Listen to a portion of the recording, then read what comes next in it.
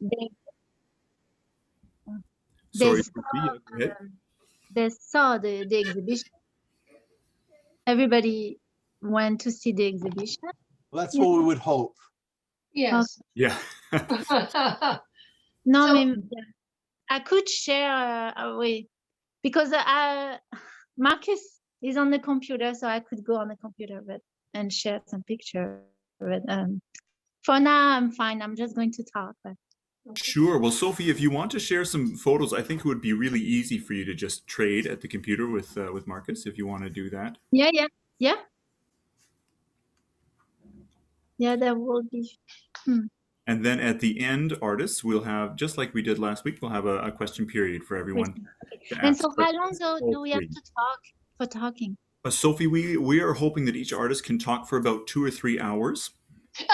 I'm just kidding.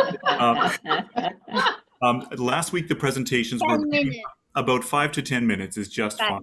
Okay, good. Yeah. If you get carried away and you're talking about Marcus could talk for 3 hours, though. We are nearly at time, so as we're getting ready, artists, any other questions, or Susan, anything else we should think about?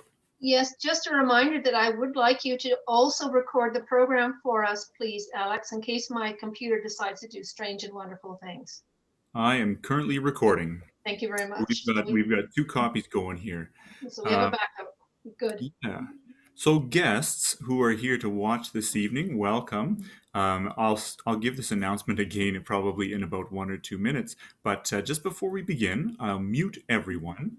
That doesn't mean you can't speak. It just means you'll have to turn your microphone on, and no one will be making sounds accidentally. We've made sure that all the artists' names come through nice and clear, but if you are a guest, you can call yourself whatever you like as long as it's not rude. We'll hear the artists all present this evening, and then at the end we'll have time for questions. Susan, shall we wait a minute or 2, or would you like to get moving right now? I think we could wait a minute. It's just gone 7:30. Right. So how many people are registered? I'm sorry? How many people are registered? I don't know. Okay. I don't receive that information from Eventbrite. That's another person, and that didn't come my way. Okay. It'll be a surprise. Yes, it's always a surprise. Hello, Willa. Nice to see you again.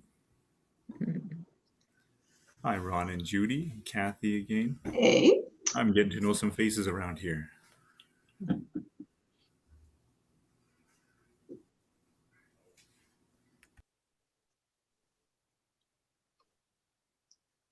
Okay, well, I'm ready to proceed. So I am Susan Murray, and I'm the chair of the Darts Hill Garden Conservancy Trust Society. And I'd like to welcome you this evening to Resplendent Explained. We have 3 artists who are going to talk about their works that they are currently exhibiting as part of a temporary art exhibition in Darts Hill Garden Park. The Society is the sponsor of the exhibition, and I encourage you to come and to take a look first, a second, or a third time. In fact, I'm still searching for one of the pieces. I haven't actually found it yet. So there's always a lovely surprise to go on a treasure hunt and to take a look at these beautiful pieces of art. The show goes until the end of July. And so just to give you a heads up, Alex McClune is our moderator tonight, and so he's the one who is going to be doing most of the speaking on behalf of the Society, and you'll hear from me again as I thank the artists. So I'm going to hand it over now to Alex to conduct our meeting tonight, Resplendent Explained.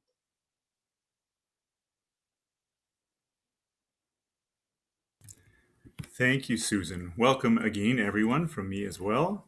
I'm honored to be your co-host this evening, keeping things running smoothly. As I mentioned a couple minutes ago, tonight we'll hear a brief introduction from Cora Lee Leger, who I'll introduce in a moment. She will introduce the Zinc Artists Collective and the project, and then you'll hear from the 3 artists in turn, and then we'll have time for questions at the end. I see everyone is already well up on Zoom etiquette, and they turned their microphones off almost everyone did it by themselves, so I didn't have to rudely turn everyone's microphone off. Now, while we are running things this evening, if you have a question as we are moving along, and particularly as we move into question period, you're free to just turn on your mic. You don't have to put your hand up first, although if you have a thought while someone's already speaking, we'll try and notice it if you raise your hand. You can do that on your camera, or Zoom also gives you the option to do that digitally, so that we'll know that you've got something to say. Just before I introduce the artist and begin, are there any questions, especially on the technical side of things? Okay, I don't see any hands up from my end. And I don't hear anyone talking because you're all muted. So in that case... Oh, my question was, how do I unmute? Oh, But and I think you just figured it. yes. Excellent. Anyone else? Yeah, very good. Okay, so in that case, I'm going to remove this spotlight. That makes everyone see me. And I'm going to spotlight Cora Lee-Leger. I'll tell you a little bit about Cora, and she will tell you a little bit about this whole project. So let me tell you about this lady here. Cora Lee-Leger is a well-known local artist in Surrey. She has a current installation in Darts right now that you can go and see. We heard about it last week. She is a founding member of the Zinc Artist Collective, and she will tell you about it right now. Cora, go ahead. The Zinc Artist Collective grew out of some open drawing meetings to connect with a community of artists in South Surrey. Several of the artists decided that we wanted to work on some projects together. Projects that might take us outside of our customary individual realms of practice. Over the years, we have done a variety of projects, such as transforming a moving truck into a mobile gallery, setting mannequin torsos in the tidal zone at Crescent Beach, and dressing vacant storefront windows in Newton. In 2018, through Willa Downing, who was then on the board of Darts Hill Garden, we proposed a temporary art exhibition. Unlike previous Arts at Darts exhibitions where artists had booths to display and sell their artwork, this was not to be art at the garden, but rather art in the garden. We called it 7.5 acres, and it was held on one rather rainy weekend in April. But nevertheless, it proved to be a successful experience for both Zinc and Darts Garden. In 2019, Zinc members invited other artists to join, and this second exhibition, called Understory, was extended to a month. And as we plan to install our third exhibition, Resplendent, in 2020, the COVID-19 pandemic hit. The exhibition was subsequently postponed to the following year, which brings us to now. Over the course of waiting and planning, we were excited to learn that the board has developed a new artist in residence program, as well as allowing us to present Resplendent at last.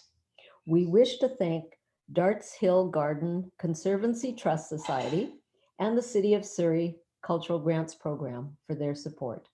Thanks, and enjoy. Thank you, Cora. Now, give me one moment to do something technical. There. Now, even though you were already muted, I had to redo it just to make sure that anyone new who comes in will have their mics turned off automatically. Now I'm going to ask in a minute Polly Gibbons to take the stage and turn her mic on, but let me introduce you to Polly. Polly Gibbons is an interdisciplinary artist interested in the points of convergence between the sciences and the arts. Her prior life in brain research informs her ongoing art research in neuroplasticity. She is dedicated to a lifelong practice in making her own brain. She has undergraduate degrees in biopsychology and fine arts, and in 2016 she completed her MFA at the Emily Carr University of Art and Design. She is a member of Agency Projects and the Sophia Collective. Born in Seattle, Washington, she has made her home in South Surrey since 2002. She has 2 children and 5 guinea pigs. Ladies and gentlemen, Polly Gibbons. Hi, am I muted? I am muted. We No, hear you just fine, Polly. Okay, great. I was looking to unmute myself. So I think I'll just go right into the slide presentation. So if we could, I'll do the share screen.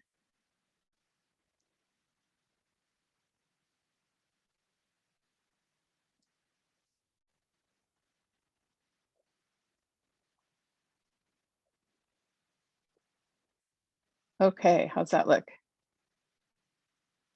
That doesn't seem to be showing us your screen yet, Polly. Uh-oh. Okay, I'll try one more time. We're a patient crowd here. Okay. And it worked before. We I also- know, and so it's frustrating. Okay, so start broadcast. Maybe that's, nope, stop. Okay, now I'm broadcasting. Now we see it. Thank you. Okay, so now I will put it on the right program. Okay, so I hope you can all see that now. Yes. Great. So the piece that I have in the Darts Hill Garden is called Adventures in Wonderland.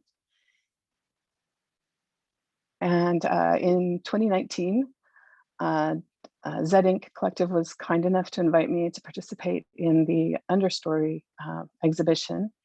And for me, it was really important to choose a site that resonated. And for the first exhibition that I was involved in, I chose the pond because I loved the feel of the pond and the sound of the pond. And at that particular time, Monet had a big show at the Vancouver Art Gallery. So I chose to put these giant fake water lilies into the pond. And then there was a listening device, which was basically the two tin cans on a string system that you could listen to the sounds of the pond through another, an earpiece that was hanging from a tree. And so for Resplendent, initially I had one idea when it was for the 2020 show, but then it got postponed, obviously, because of COVID. And so when I was thinking about doing another piece for 2021, the idea that I had in 2020 just didn't feel right anymore. The past year had just taken so much out of me, and I wasn't feeling the same way at all. So I went back to the garden and looked for another place that resonated. And this mossy path between garden beds 19 and 21 is the spot that did that for me. And here's the opposite entranceway with the rhododendrons in bloom. So once I had my site, I was thinking about what form I wanted the piece to take. And during the pandemic, and even a little bit before, I've been going on a lot of walks with my kids in Campbell Valley Park.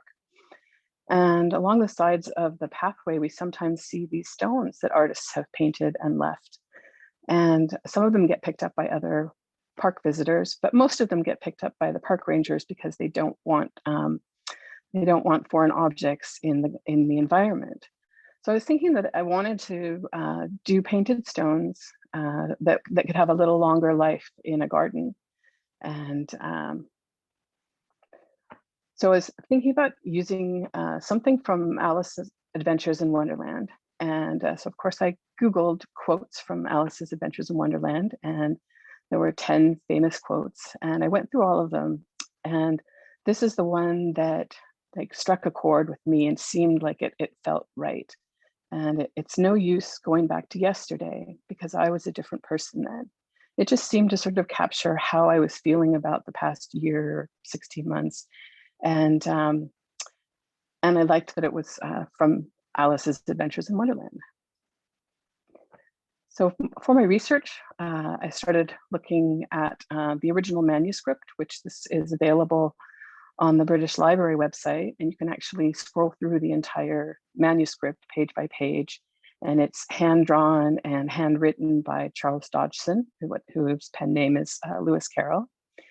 And here we see the title page and the dedication page.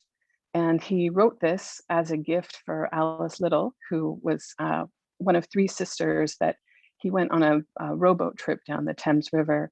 And he told these stories along the journey. And Alice absolutely fell in love with this story about Alice going down the rabbit hole and all her adventures there. And so she begged Dodgson to write it down. And so he did that and gave it to her as a gift. And here, this is chapter 3. It's in his handwriting. And I love this paragraph because it connects to gardens. The first thing I've got to do, said Alice to herself as she wandered about in the woods, is to grow to my right size. And the second thing is to find my way into that lovely garden. And so I was thinking about what font to use on the stones, because I was going to put one word from the quote on each stone and then a little illustration to go with it. And I decided to use Dodgson's handwriting. Oh, went the wrong way. Well, I'll just leave it there. But when I went to the point in the manuscript where this quote should have been, it's where Alice is introducing herself to the mock turtle, and the quote wasn't there. And it turns out that from the original manuscript that he gave to Alice as a gift, and the published version of it that came out about 10 years later, he'd added about 10,000 words, and this particular quote was contained within those 10,000 words. So instead of taking it directly from the manuscript, I had to go through the manuscript and look for these words individually so that I could have them in Charles Dodgson's handwriting. And the first 4 stones, all of the illustrations were taken from the title page, with the first one having the little, what look like Canterbury bells that are sort of fuchsia colored. And then the next one, No, has the forget-me-nots from the border around the center. And then Use has ivy from the center of the title page. And then for Going, I did something a little bit different. I was really taken by these abstract dots and red squiggles that Charles Dodgson had put in the border. And so I traced just that element and then transposed them onto the stone. And so that's the only one that isn't a living thing. And then the next 2 were taken from illustrations within the manuscript. The first one being the iconic mushroom that the caterpillar is smoking his hookah on. And for the colors of the mushroom, I actually looked up hallucinogenic mushrooms that are native to the United Kingdom. And the one that came the closest to Dodgson's illustration was the wavy cap mushroom. And so that's where I got the colors from. And then for the flower that is in the Red Queen's hand, I just chose colors that I thought would suit it. And I wanted it to have reds in it because it was supposed to be one of the red roses that the painters were frantically painting white roses into red roses for the Red Queen. And I quickly ran out of material from the manuscript because there weren't a lot of illustrations of flora. And so I moved to my own garden and chose flowers that I liked in my garden. The dandelion is something that we keep in our backyard so that when our guinea pigs go outside, they have something to munch on. And then my 2 favorite plants in my garden are my lilac bush and my cherry blossom tree. And then the next 2 are from Campbell Valley Park and from one of our many walks there. And at the time that I was gathering the information for this piece, the salmonberry bushes were in bloom, as were the trilliums. And then the final 3 are all from Darts Hill Garden.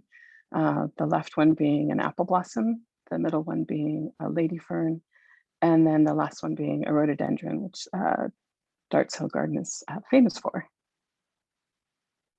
And here's a shot of the stones installed along the mossy path.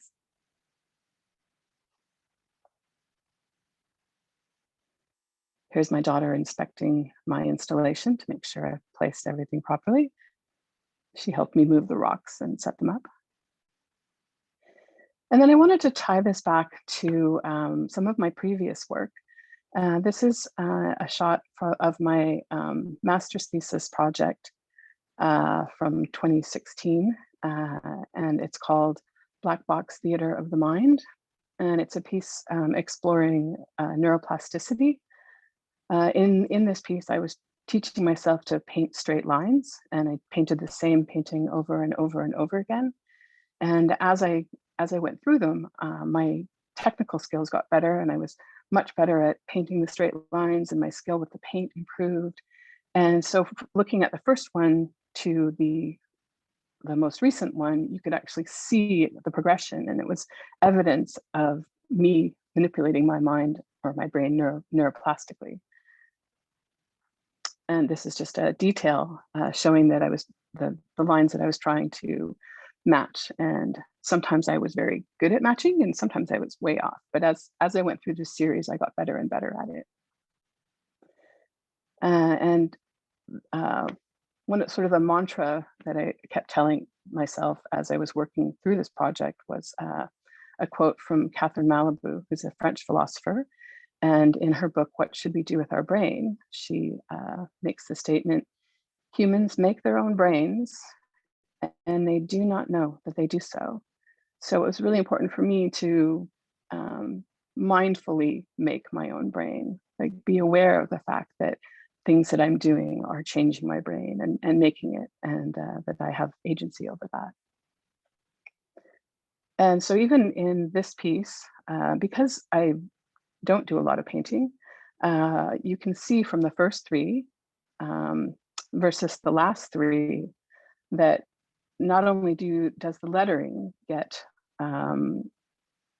more precise, that the drawings get more elaborate, and I can see a great progression between the first and the last, and I feel it's an exciting example of, you know, another neuroplastic event.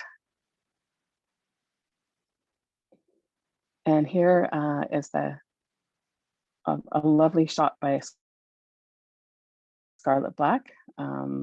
All of the stones in a line. And another meaning for this quote that comes to me is that Charles Dodgson was actually capturing the essence of neuroplasticity when he says, "It's no use going back to yesterday because I was a different person then." And I find that really exciting. So thank you very much.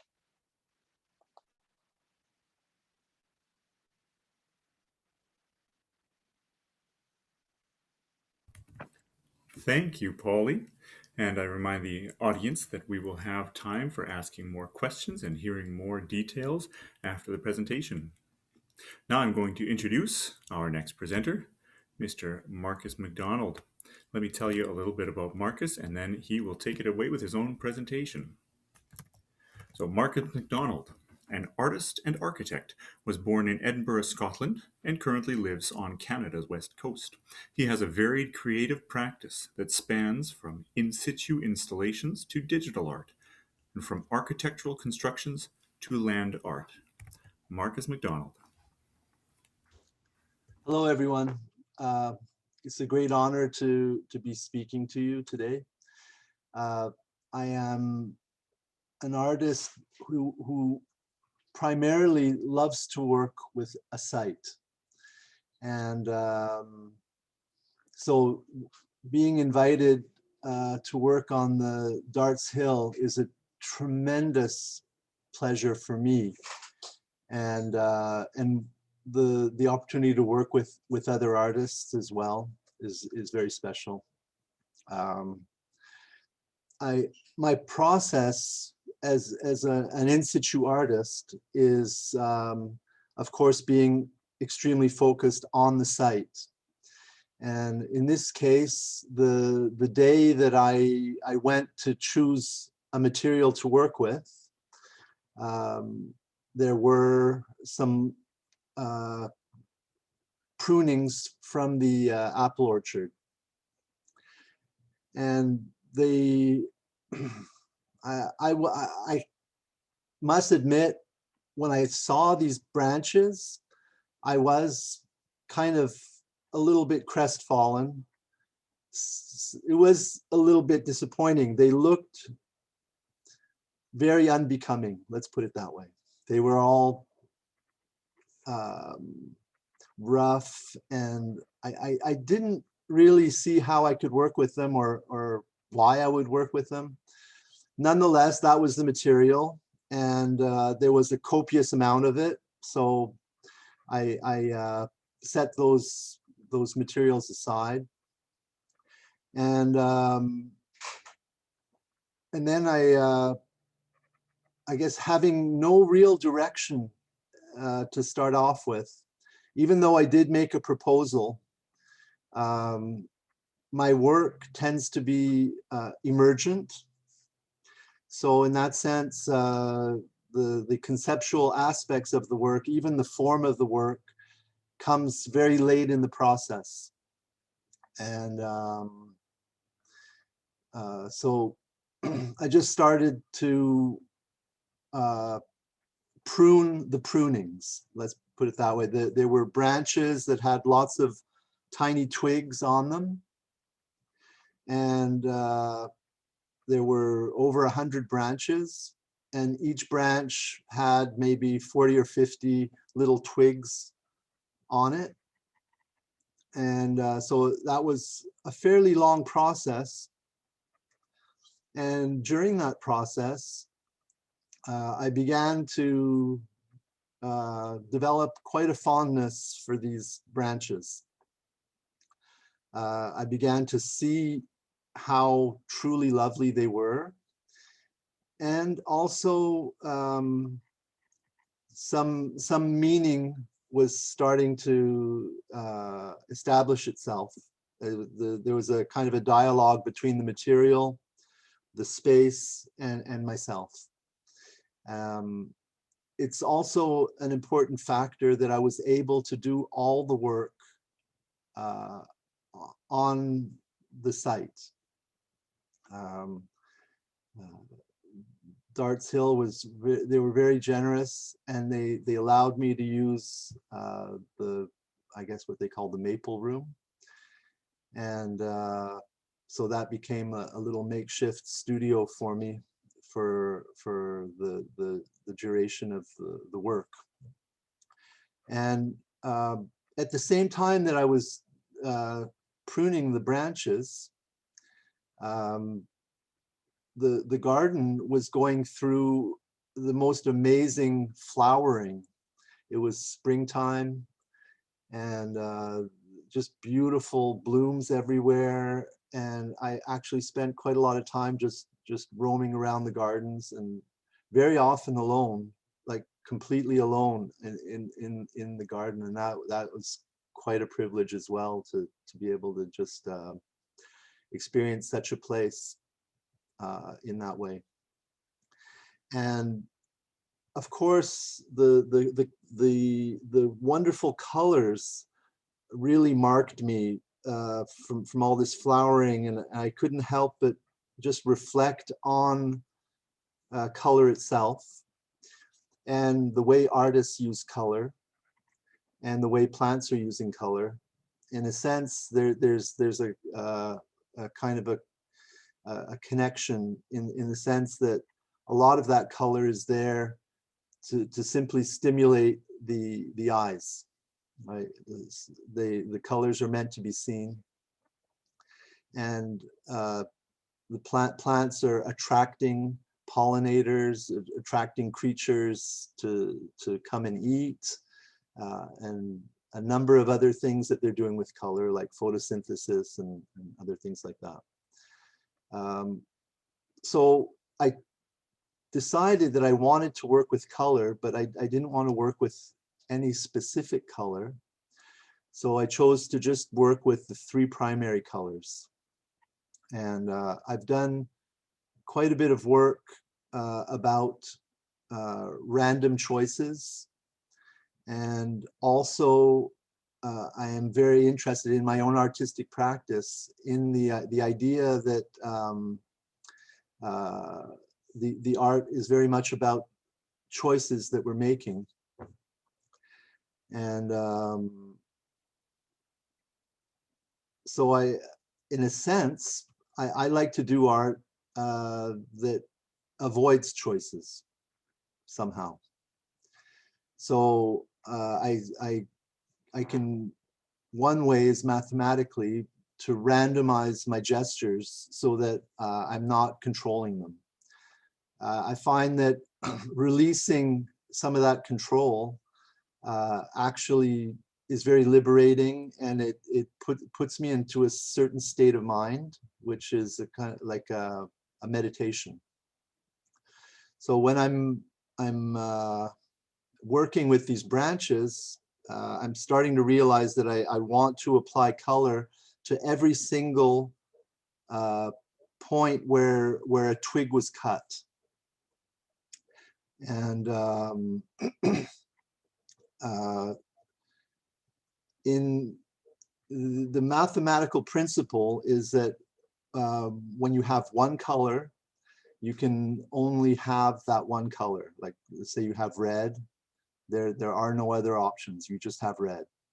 If you have red and yellow, right, you can only have a polarized spectrum of orange, you know, going from red to yellow, all the different shades of orange. And when you have the third element, like red, yellow, and blue, you can achieve all the infinite colors with that. Somehow, when you get to 3, infinite things are possible. And within those infinite possibilities, I was working with randomizing the patterns, so that I would apply, let's say, yellow, and then red, and then 2 blue, and then 2 reds, and a kind of a conscious effort to not repeat and to be random. And in a sense, that is a type of a choice. To choose not to choose is a choice. I'll just share with you some of the pictures. See if we can. Whoops. No. Sorry about that.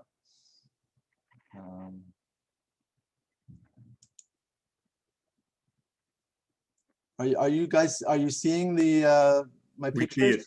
Okay, good. We see it, Marcus. So here we have the very first like the beginning phase, where all the branches have all their twigs, and here you can see Sophie helping me. I did have help from my family, my kids, Eva and June, and Sophie also helped.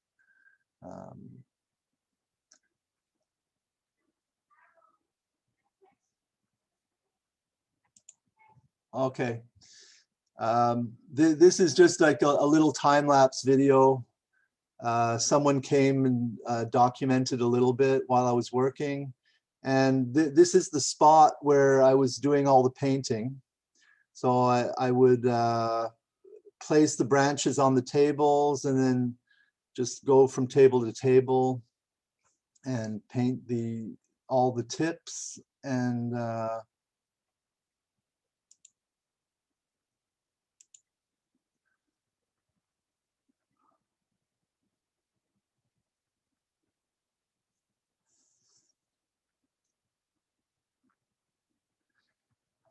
I guess what's interesting is just the time aspect.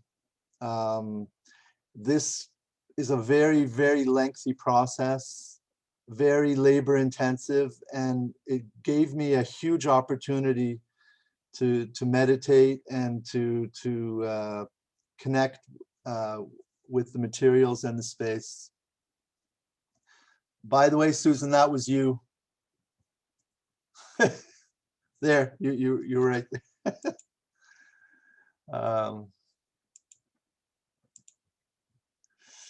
Now, the twigs that were being removed from the branches, they formed a kind of a big pile of detritus, and I felt reticent about throwing it away. And so I kind of hung on to them for a while. And as this color thing was developing, I decided to stain the twigs in the 3 primary colors as well, and create a companion piece to the piece that was going to be the branches. Now, this is getting very, very close to the exhibition time. And when the day that I brought the branches to this site, which is right at the top of the apple orchard, I literally had no idea what the shape would be. And I just started kind of leaning twigs together. And what eventually occurred is, like, seeing as this is the top of the hill, I really felt the land swelling, the way the ocean swells. And I felt that the piece crested. This is the first iteration of the piece that was eventually created with the twigs. All of this was finished on the same day that the exhibition opened. And on that same day, I still didn't really have much of an understanding of how the pieces connected and what kind of meaning they might have.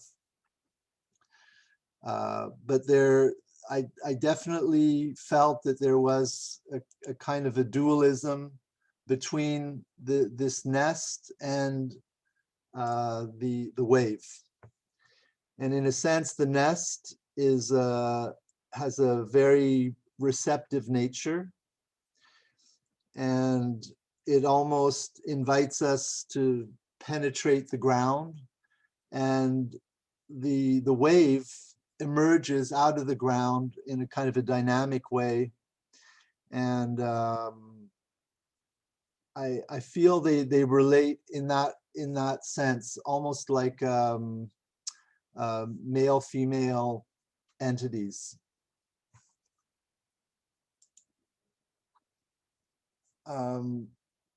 This, I guess we can see it here, that the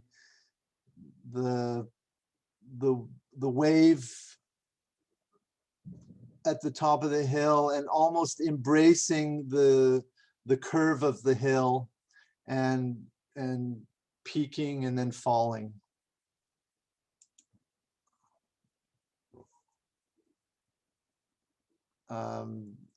And I was just having a certain amount of pleasure just documenting sunrises, coming to the garden very, very early in the morning and capturing that. This is the final iteration of the nest. I removed the black center, and the black center really evoked a kind of a hole in the ground. But sadly, the black was burning the grass because the sun would heat too much. And with discussions with Ken, we decided that it might be better to just remove the center. And so the center was removed. And part of this piece has to do with photosynthesis. Here we see the grass growing in the middle of my piece, and that will be quite important to me because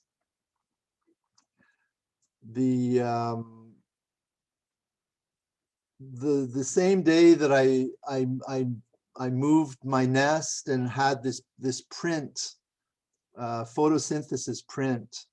That same day, I visited the wave, and to remove all that grass. The grass was getting too high, and it was important that I cut it. And in cutting the grass, I discovered this nest of little baby hippopotami. They're actually little baby rabbits, and they made their home in amongst the branches of the wave. And that was I guess a way that the land and the piece were interacting that was extremely satisfying to me. That particular morning, I spent about 3 hours trimming the grass with scissors. And when I discovered these little rabbits, I covered it up afterwards, and they're, I guess, maybe still living there. And right next to the nest were 2 burrow holes where I suspect the parents live. So that's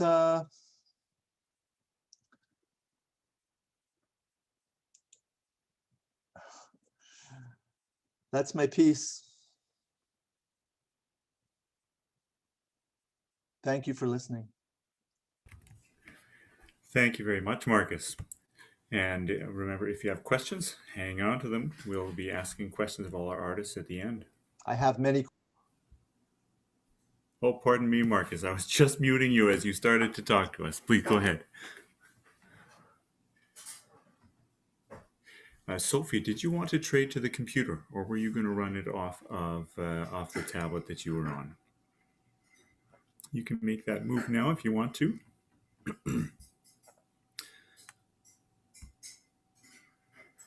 And I'll spotlight Sophie, who is still muted, if she wants to talk to us. Okay, here we go. Oh. No, I can stay on my phone. It's okay, I think. That's fine. Yeah, I have some picture to show you though, but I think it's possible with the phone. I think so too. Anyway. I guess we'll have a discovery. So let me introduce Sophie to you, and then we'll listen to your presentation. So Sophie McDonald was born in 1977 in France, now lives in White Rock with her family. Sophie has been involved in many artistic projects, collaborations, and exhibits. She has also taught a diverse variety of art classes to young children, with a strong focus on freeing the artistic process. She expresses herself by using a wide range of different media and uses nature as a reference. She has been fascinated by organic, colorful shapes, science, and beyond science. Sophie McDonald. Well, thank you. This is kind of my first talk like that on Zoom. Interesting. Well, yeah, my piece, the name of my piece is Candy Shop. And it's interesting because when you do your art, when you make art, you think sometimes about your childhood. And I realized that actually that when I was a kid, I wanted to run a candy shop for many years. Yes, maybe my love for colors are from there, the candy shop. I was living next to a bakery candy shop. The lady was giving me candies all the time. But anyway, I love candies, and I love colors. So yeah, this piece in the garden, I I started to play with clay this year, ceramic, and so I started making beads, just simple beads, and we made a lot. Marcus helped me. The idea, I wanted to create like a dome, like a playful dome where we could play in it, maybe. But it ended up in a different shape. It's kind of a dome, but the concept changed a little bit because of the material I used. The wire was not strong enough to make a huge dome for us to go in. So it's still a dome. It's still yeah. So this is the candy shop. What could I say?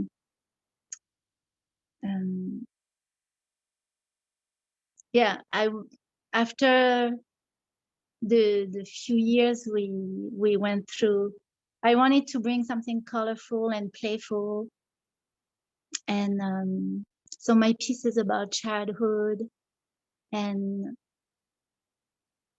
creating like a kid. The idea is like when we were a kid, the way we were creating and making stuff, that was lots of work sometimes. But like you say, Marcus, about choices, the choices we were making as a kid, it was different. So yeah, the piece is about childhood, creation, creating,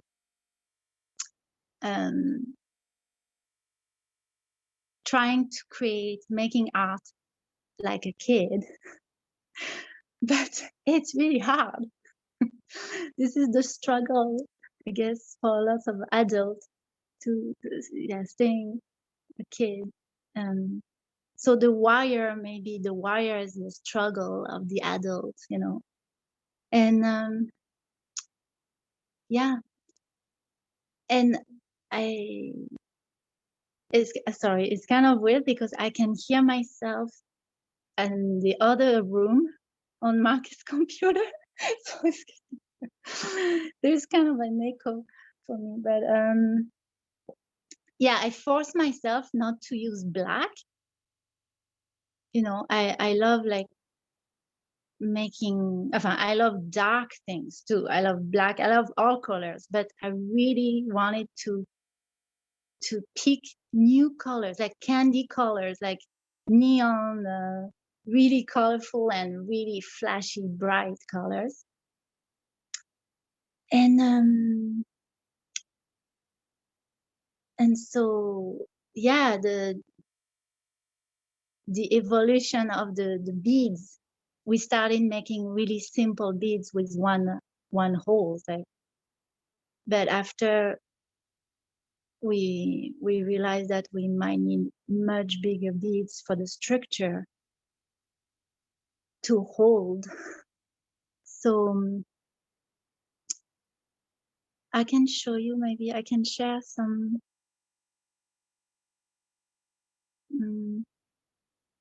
because I'm on my phone, so it's on Microsoft Google Drive. No, I don't know if I can. Can you see my screen or? We can't see anything right now.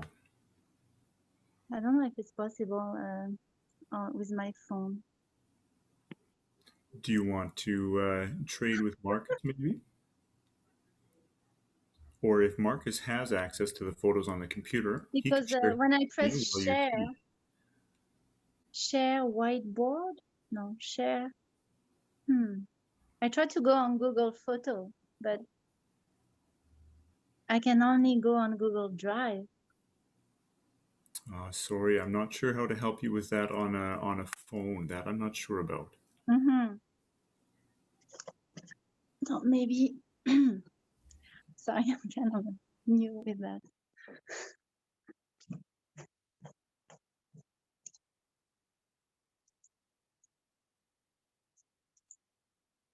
Oh, well. What else can I say about my piece?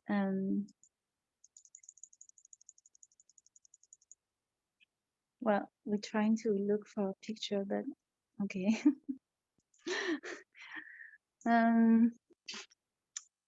Yeah, I think that's it for now, and I will Sure. answer Well, some question if somebody yeah, has I'll questions. tell you what, Marcus, maybe in the background, as we move into the question period, maybe you could look up some photos on the computer so that we could see some photos of Sophie's work for those who haven't been to the garden. If you Mhm. find them, just let us know while we're doing the questions. Yeah. And in that case, we can say thank you to all our artists, and we can move into the question period. Susan, is there anything else we should say before we open the floor for questions?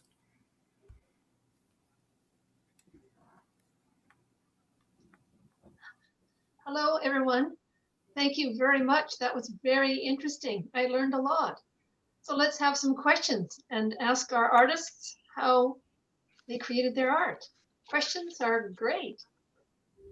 I see Judy's already, she's very quick. She's turned on her microphone. Do you want to go ahead, Judy? I'm wondering, this is for Polly. What kind of paint did you use, especially the white on the rocks? I used acrylic paint, just regular artist's acrylic paint. Okay. And And I did seal them with a matte sealant to protect them from light and so that the pigment wouldn't flake off or fade. thank you. You're welcome. I have a question for Polly also. The installation that you had in the pond, was that ceramic, those flowers that you had, the lilies? No, they were like some kind of like plasticky kind of material for the pads, and then I think it was fabric for the petals. I purchased them from Art Naps. I didn't actually make them myself. That was one reason why I wanted to make something for Resplendent, because I felt like I needed to have the artist's hand in there and feel like I was creating something.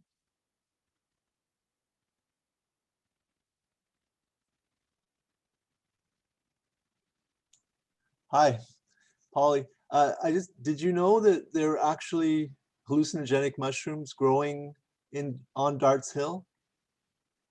I'm not surprised. I mean, they grow everywhere around here during like the fall and before the frost, and they love fields, and especially areas where there's manure.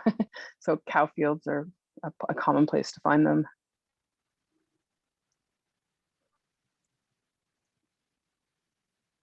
I loved your piece, and I didn't know that it was inspired by Alice in Wonderland.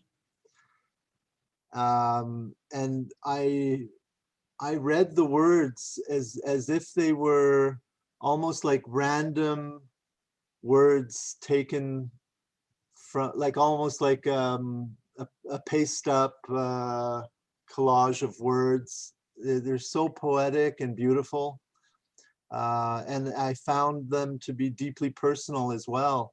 I think that's so intriguing that you were inspired by that source, but it felt like a very personal revelation. Oh, thank you. I mean, it was a personal revelation, even though it was taken from Lewis Carroll's work. It deeply resonated with me, and when I read it, it was just like, this is it. This is the quote, because this just feels like what the last year has been like, and then having other meanings as well. I really was excited about that, especially making the connection to neuroplasticity. Yeah, I took quite a few photographs of it, and generally it was tricky to get all of the stones in one picture. So a lot of my photographs just have 3 or 4 stones, And depending on which stones are grouped, I was getting different poetic meanings, and I was kind of fun. Well, when I first started the work, I posted a work in progress photo on Facebook, and it was the first three stones, and it said, "It's no use." And of course, the full meaning of the quote is a lot more optimistic than the first three stones. Nice.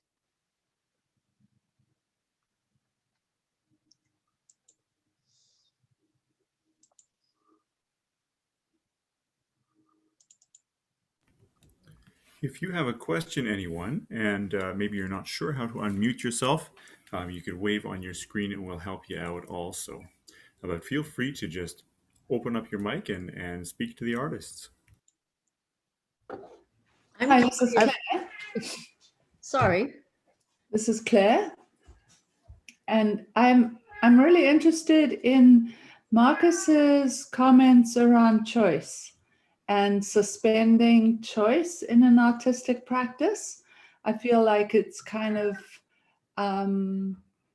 a surprise or a polarization. You know, we're so accustomed to artistic practice being all about choice. So I wonder if you could speak to that a bit more, or if Polly or Sophie have things to say about that. Sure. Well, I guess it starts with my birth. Like I was born upside down, like feet first, let's put it that way. And so many things in my life have been reversed. And I couldn't help but notice that my artistic process was very often reversed. I often did the hard work and first, and then discovered the concept after. And I also had a certain critical notion about a lot of art that I was looking at that seemed to have a concept that was just telephoned, but that didn't really come directly out of a process. And I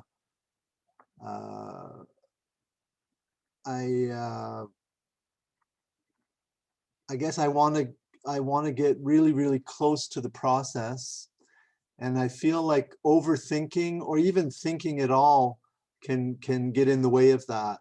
It's almost like sex. I guess if you're too aware of what you're doing, it can kill what you're doing.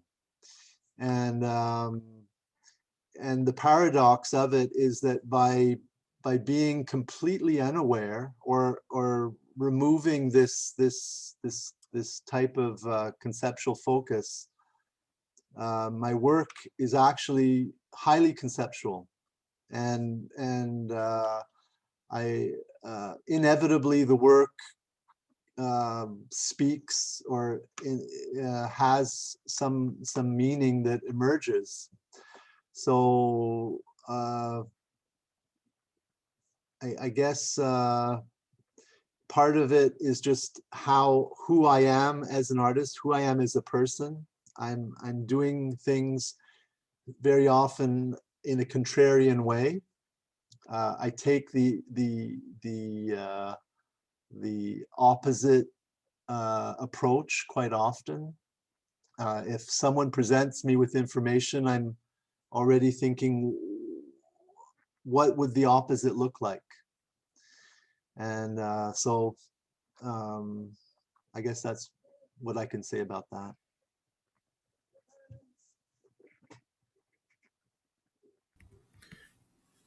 I noticed that Simi Carr has asked, Marcus, did you have any luck finding the pictures of Sophie's work, Candy Shop? I did have luck, and strangely, like when I press share screen, okay, maybe you see. That's working. it is? Are you seeing the photograph? We're seeing what you're seeing. Okay, But so, I'm in the conversation, so I guess the other tab. okay, wow. So Oh, there it there is. it is. Wow, okay.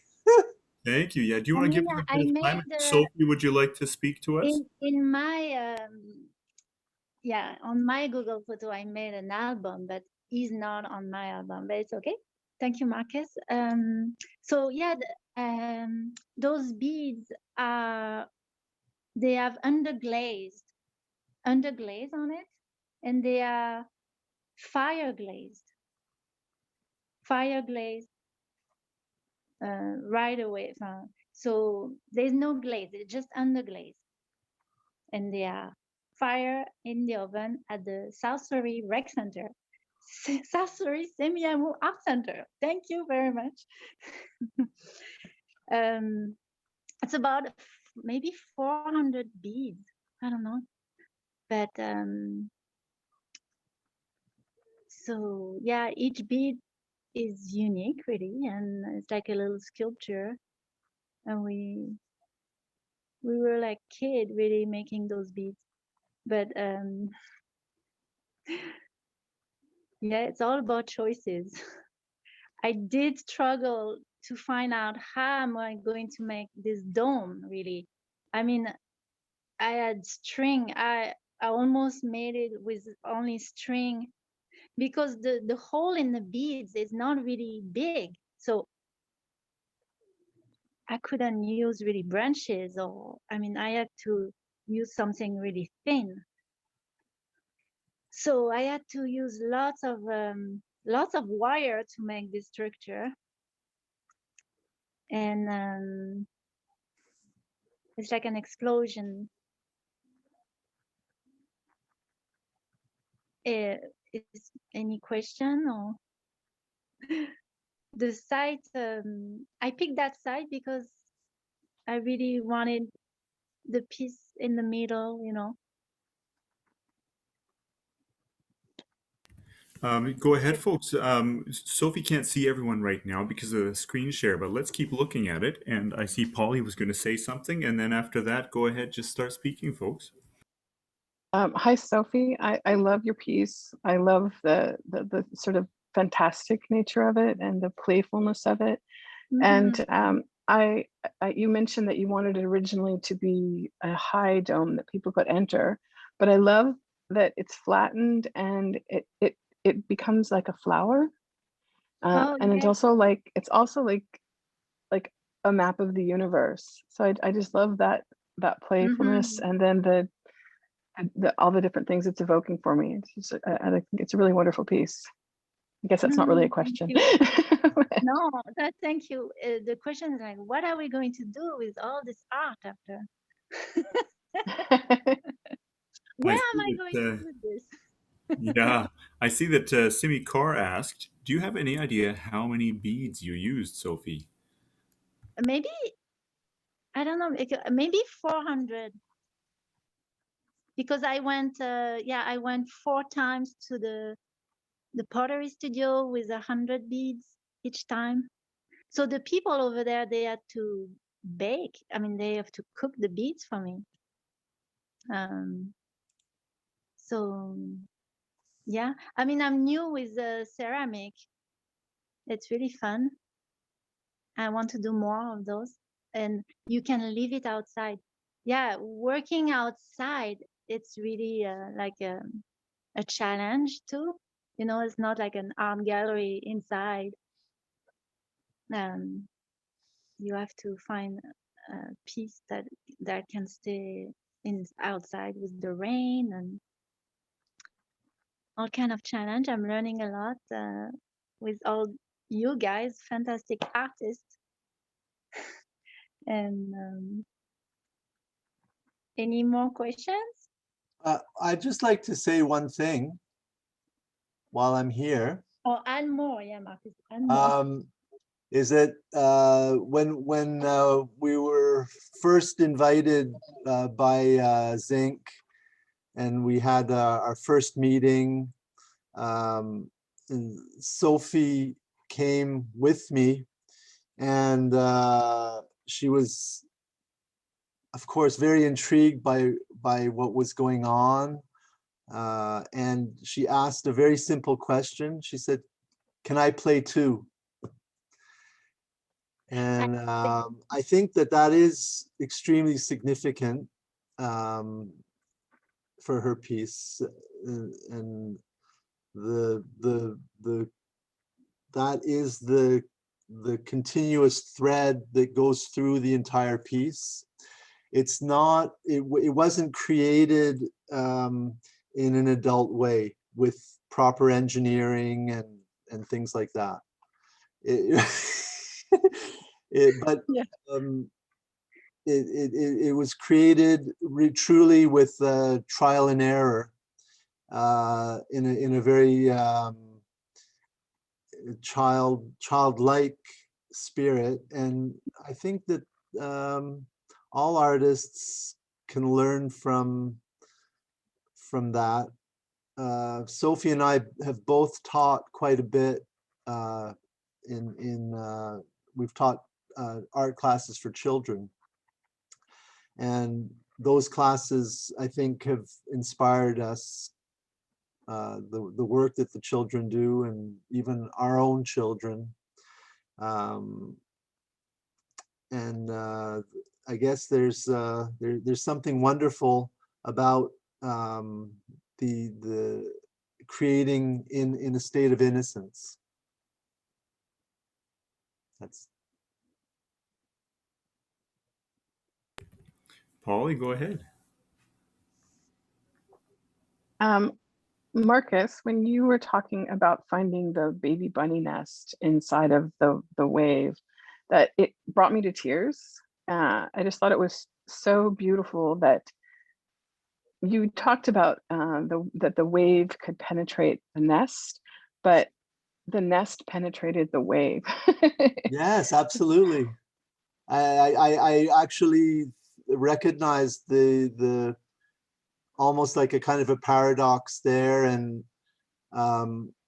perhaps my gender tagging of the work was not really necessary. I do see that there's a duality between the pieces, but there was definitely a birth happened right in the center of my piece, and that was extremely powerful moment to me. I've rarely felt that good, and I was experiencing quite a certain amount of pain. Like I still have 3 or 4 blisters on my hand that are quite deep blisters from cutting with scissors all that grass. It was a huge amount of grass, and the yoga positions to penetrate inside the wave after 3 hours, it was arduous, to say the least, but there was something so rewarding about discovering those little rabbits, and it was quite a beautiful moment. Yeah. Definitely. Polly? Yes. Polly? Yeah, I have a question for you. The edition of the book Alice in Wonderland, which edition is that? It's beautiful. The manuscript was a single copy that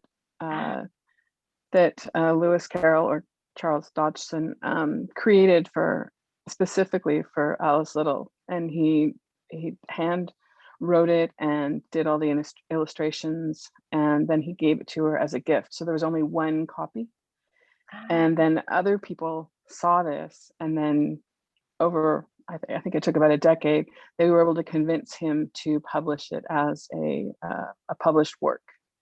And but Alice kept that copy, and she treasured it. And it was only when her husband died and she needed money to pay for his funeral costs that she had to sell it. And so she had it for all of her life until her husband passed, and treasured it that whole time. Yeah, it's beautiful. And you can see the whole thing on the British Library website. I mean, the garden itself is, it truly does have that magical feel, right? The otherworldly feeling, something about even the idea of the English garden, where plants are all mixed in together and things are growing profusely, rather than the more Cartesian French garden, which is very ordered. And I feel like the setting is so perfect for the story too. I agree. Yeah, every time I go into the garden, I feel transported. And even from the beginning, I always thought of Alice's Adventures in Wonderland because of especially with that mossy passageway, because it's like this liminal space where you're sort of traveling from one space to another space. But when you're within that space, it's like you're enclosed in this like secret little area where you can reflect by yourself. I feel about that path, that specific path. I've always noticed it and loved it quite a bit, and feel that every time I tread on it, it's a kind of a privilege.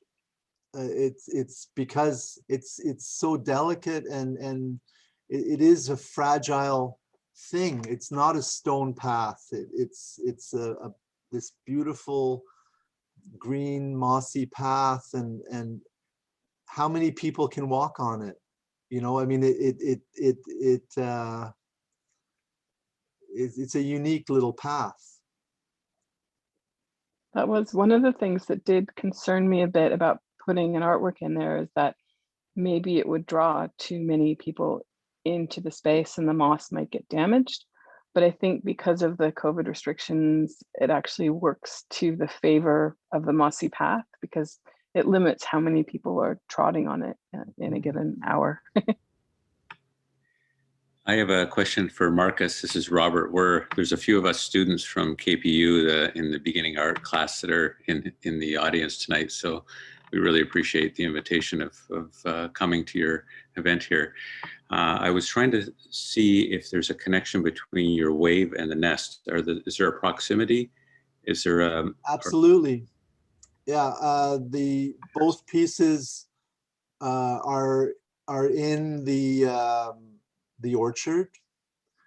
The wave crests right at the top of the orchard, and the nest is diametrically opposed, and at the very base of the hill. So, but they are both in association with the apple trees.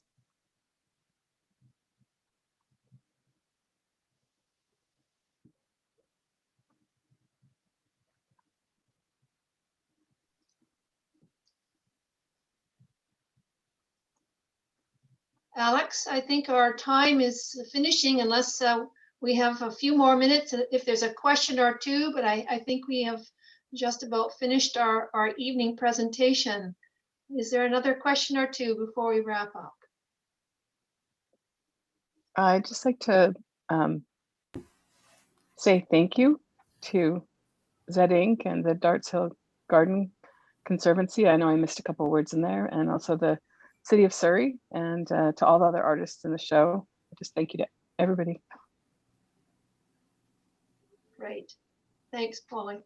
Well, I'm going to wrap up the evening. I have 3 things that I'd like to talk to you about before we close tonight. The first thing is that I would like to thank our artists who have come and spoken so beautifully about the pieces that they have in the garden. So thank you to Polly and Marcus and Sophie. We've really enjoyed hearing you talk and speak from the heart about your artwork. I feel really quite blessed to be here tonight. So I think I can say that on behalf of everybody who has listened to you speak. I'm going to give my little sales pitch now because this is my opportunity. So we have a number of people who I see perhaps are tuning in for the first time. So Darts Hill Garden Park is now open Fridays, Saturday, and Sundays, 11 till 3. To go, you need to purchase a ticket, unless you happen to be a member. And if you are a member, you can purchase one online at www.dartshill.ca. A membership for a year is $20. And that gets you 4 visits into the garden because the visits are $5 each. So it's a really good value. And also, I would just like to say my pitch for the book that the Society has written is called The Secret Garden. And so if you have questions about Darts Hill Garden Park, we also have this book available on our website. And a reminder, this is my 4th thing. So the last thing then is a reminder that we have our final artist speaking next Thursday from 7:30 to 8:30 p.m. So please come again and join us. And we look forward to hearing Claire Moore, Coralie Legier, Jan Storr, and Elizabeth Carefoot to wrap up this 3-part series. Good night, everybody. Thank you very much for coming. Thank you. Thank you. Good night. Somebody asked me a question then. All right, so I'm gonna go like that.